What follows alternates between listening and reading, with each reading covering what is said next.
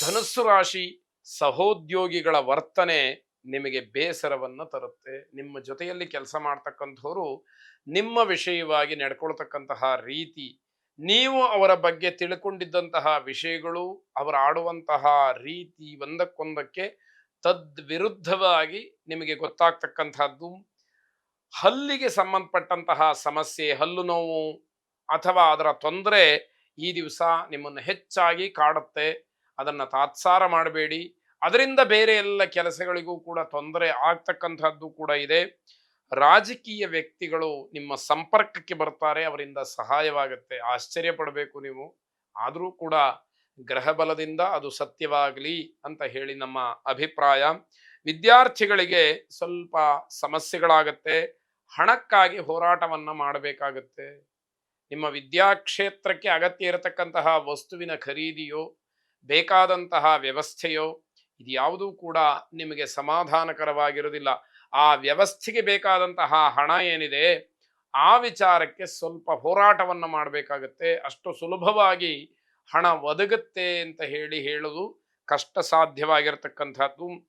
ಅನಾವಶ್ಯಕವಾದಂತಹ ವಿಚಾರಗಳಿಂದ ಮನಸ್ತಾಪವನ್ನು ಮಾಡ್ಕೊಳ್ತೀರಿ. ಯಾವ ವಿಷಯಕ್ಕೆ ಮನಸ್ತಾಪವಾಗುತ್ತೋ ಆ ವಿಷಯಕ್ಕೂ ನಿಮಗೂ ಸಂಬಂಧವೇ ಇರುವುದಿಲ್ಲ. ಆದರೆ ಸಂಬಂಧ ಇಲ್ಲದೆ ಇರತಕ್ಕಂತಹ ವಿಷಯದಲ್ಲಿ ಗಲಾಟೆ ಆಗತ್ತೆ, ಮನಸ್ತಾಪಗಳಾಗತ್ತೆ. ಇದು ಗ್ರಹಗತಿಯಿಂದ. ಯಾಕೆ ಅಂತಂದ್ರೆ ಅನಗತ್ಯವಾದಂತಹ ವಿಷಯಗಳ ಪ್ರಸ್ತಾಪಕ್ಕೆ ಬಂದು ಅದು ತಾರಕಕ್ಕೇರುತ್ತೆ. ಆ ಜಗಳವನ್ನ ತಪ್ಪಿಸುವುದಾದ್ರೂ ಹೇಗೆ? ಆ ವಿಷಯ ನಿಮಗೆ ತೊಂದರೆಗೆ ಕಾರಣವಾಗುತ್ತೆ. ಶತ್ರುಗಳ ವಿರುದ್ಧವಾಗಿ ಹೋರಾಟವನ್ನು ಮಾಡ್ಲಿಕ್ಕೆ ಹೋಗಬೇಡಿ. ಅದು ನಿಮ್ಮ ಹತ್ರ ಅಸಾಧ್ಯವಾಗುತ್ತೆ.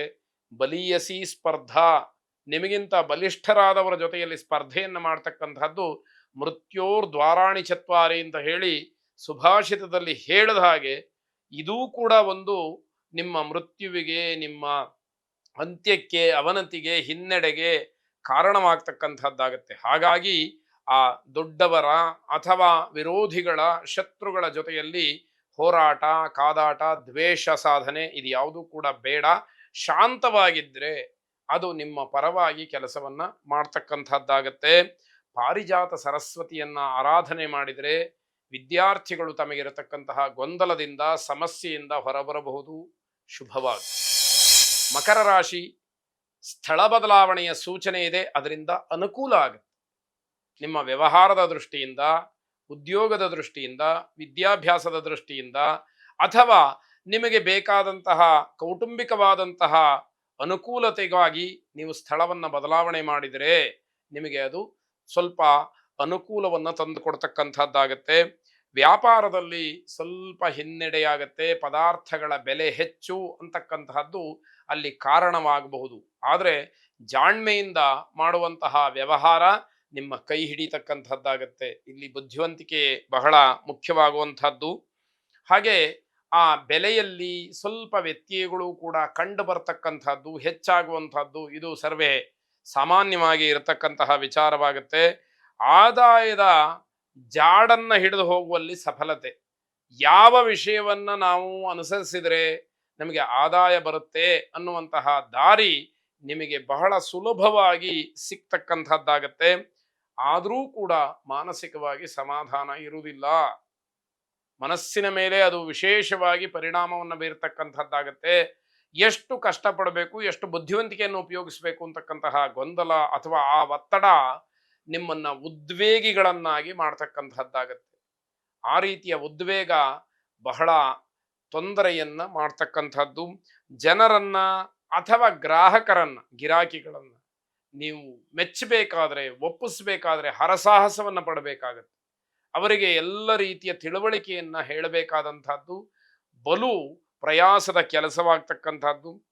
ಸಾಯಂಕಾಲದ ಹೊತ್ತಿಗೆ ಸ್ವಲ್ಪ ನೆಮ್ಮದಿಯ ನಿಟ್ಟುಸಿರನ್ನ ಬಿಡ್ತೀರಿ. ಹಗಲೆಲ್ಲ ಕಷ್ಟಪಟ್ಟಿದ್ದು ಸಾರ್ಥಕವಾಯಿತು ಅನ್ನುವಂತಹ ಭಾವನೆಯನ್ನ ಸಾಯಂಕಾಲದ ಹೊತ್ತಿಗೆ ಕಾಣ್ತೀರಿ. ಐಶ್ವರ್ಯ ಲಕ್ಷ್ಮಿಯನ್ನ ಪ್ರಾರ್ಥನೆ ಮಾಡಿ ವ್ಯಾವಹಾರಿಕವಾಗಿರತಕ್ಕಂತಹ ಗೊಂದಲಗಳು, ಸಮಸ್ಯೆಗಳು, ಸವಾಲುಗಳು, ಕಿರಿಕಿರಿಗಳು ಎಲ್ಲವೂ ಕೂಡ ದೂರವಾಗಿ ಶುಭವಾಗಿ. ಕುಂಭರಾಶಿ ಬಂಧುಗಳಲ್ಲಿ ಪರಸ್ಪರ ವಿರೋಧ ಇರತಕ್ಕಂತಹ ದಿವಸ.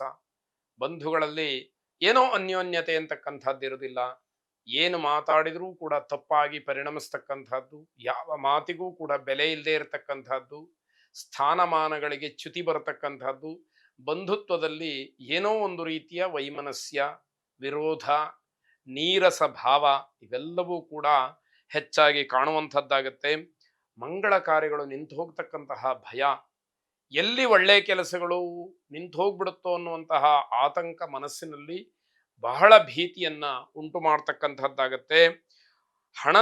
ಹಣದ ಸಮಸ್ಯೆ ನಿಮಗಿಲ್ಲ ಅಂತಾದ್ರೂ ಕೂಡ ವಿನಾಕಾರಣ ವೆಚ್ಚವಾಗುತ್ತೆ. ದುಡ್ಡಿನ ಸಮಸ್ಯೆ ಏನೂ ಇರುವುದಿಲ್ಲ, ಆದ್ರೆ ವಿನಾಕಾರಣ ವೆಚ್ಚ, ದುಂದು ವೆಚ್ಚ ಯಾವುದು ಅನಗತ್ಯವಾಗಿರುತ್ತೋ ಅಂಥದ್ದಕ್ಕೆ ಖರ್ಚಾಗ್ತಕ್ಕಂಥದ್ದು ಹೆಚ್ಚಾಗಿ ಕಾಡುತ್ತೆ. ಕುಟುಂಬದ ಮಾತುಕತೆ ಸ್ವಲ್ಪ ಪರಿಣಾಮಕಾರಿಯಾಗಿರುತ್ತೆ. ಮನೆಯಲ್ಲಿ ಆಡ್ತಕ್ಕಂತಹ ಮಾತುಗಳು, ಚರ್ಚೆ, ಅಲ್ಲಿಯ ವಿಚಾರ ಎಲ್ಲವೂ ಕೂಡ ಸ್ವಲ್ಪ ಸಮಾಧಾನಕರವಾದಂತಹದ್ದು. ಕಲ್ಯಾಣಾದ್ಭುತ ಗಾತ್ರಾಯ ಕಾಮಿತಾರ್ಥ ಪ್ರದಾಯಿನೇ ಶ್ರೀಮದ್ ವೆಂಕಟನಾಥಾಯ ಶ್ರೀನಿವಾಸಾಯ ತೇ ನಮಃ ಎಂಬುದಾಗಿ ವೆಂಕಟರಮಣ ಸ್ವಾಮಿಯನ್ನ ಮನಸಾರೆ ಪ್ರಾರ್ಥನೆ ಮಾಡಿ ಶುಭವಾಗಿ. ಮೀನರಾಶಿ ಶಾಂತಿಯಿಂದ ಇರತಕ್ಕಂಥದ್ದು, ಮೌನವಾಗಿರ್ತಕ್ಕಂಥದ್ದು ನಿಮಗೆ ಕ್ಷೇಮ. ಈ ದಿವಸ ಏನೇ ವಿಷಯ ಬರಲಿ, ಯಾರು ಹೇಗೆ ಬೇಕಾದರೂ ನಿಮ್ಮ ಬಗ್ಗೆ ಮಾತಾಡಲಿ, ನಿಮ್ಮನ್ನ ಕೆರಳಿಸಲಿ, ನಿಮ್ಮ ವ್ಯವಹಾರದ ಬಗ್ಗೆ ಇಲ್ಲ ಸಲ್ಲದ ಮಾತುಗಳನ್ನಾಡಲಿ, ನೀವು ಶಾಂತವಾಗಿರಬೇಕು, ಮೌನವಾಗಿರಬೇಕು. ಅದು ನಿಮಗೆ ಕ್ಷೇಮ. ಇಲ್ಲದಿದ್ದರೆ ವ್ಯಾವಹಾರಿಕವಾಗಿಯೂ ಮತ್ತೆ ಈ ರೀತಿಯ ಬಂಧುತ್ವದಲ್ಲೂ ಕೂಡ ನೀವು ನಷ್ಟವನ್ನು ಹೊಂದಬೇಕಾದಂಥದ್ದಾಗತ್ತೆ. ಅದು ಬೇಡ. ಉದ್ಯೋಗಾಕಾಂಕ್ಷಿಗಳಿಗೆ ಶುಭ ಸುದ್ದಿ ಸಿಕ್ಕುವಂಥದ್ದು, ನಿಮ್ಮ ಉದ್ಯೋಗಕ್ಕೆ ಪೂರಕವಾದಂತಹ ವಿಷಯ ನಿಮ್ಮಲ್ಲಿಗೆ ಬರುತ್ತೆ, ಉದ್ಯೋಗಕ್ಕೆ ಅವಕಾಶವಾಗುತ್ತೆ. ಮಾಡ್ತಿರ್ತಕ್ಕಂತಹ ಉದ್ಯೋಗದಲ್ಲಿ ಇನ್ನು ಹೆಚ್ಚಿನ ಸ್ಥಾನಮಾನವನ್ನು ಪಡ್ಕೊಳ್ಳಿಕ್ಕೆ ಅವಕಾಶಗಳು ಸಿಕ್ಕುವಂಥದ್ದಾಗತ್ತೆ. ಲೇಖಕರಿಗೆ ಮತ್ತು ಪುಸ್ತಕ ವ್ಯಾಪಾರಿಗಳಿಗೆ ಈ ದಿವಸ ಸ್ವಲ್ಪ ಲಾಭವನ್ನ ನೋಡಲಿಕ್ಕೆ ಅವಕಾಶ ಇದೆ. ಬೇರೆ ರೀತಿಯ ಅನುಕೂಲತೆಗಳು ಕೂಡ ನಿಮ್ಮ ಪರವಾಗಿ ಕೆಲಸ ಮಾಡುತ್ತೆ. ಚೌಡೇಶ್ವರಿ ದೇವಿಯನ್ನ ಕೆಂಪು ಹೂವುಗಳಿಂದ ಅರ್ಚನೆ ಮಾಡಿ. ಆಗ ಮನಸ್ಸಿನ ಮೇಲೆ ಇರತಕ್ಕಂತಹ ಉದ್ವೇಗ, ಮನಸ್ಸಿನಲ್ಲಿರತಕ್ಕಂತಹ ಆತಂಕ ಎಲ್ಲವೂ ಕೂಡ ನಿಮ್ಮ ನಿಯಂತ್ರಣಕ್ಕೆ ಬರತಕ್ಕಂಥದ್ದಾಗತ್ತೆ. ಶುಭವಾಗಿ.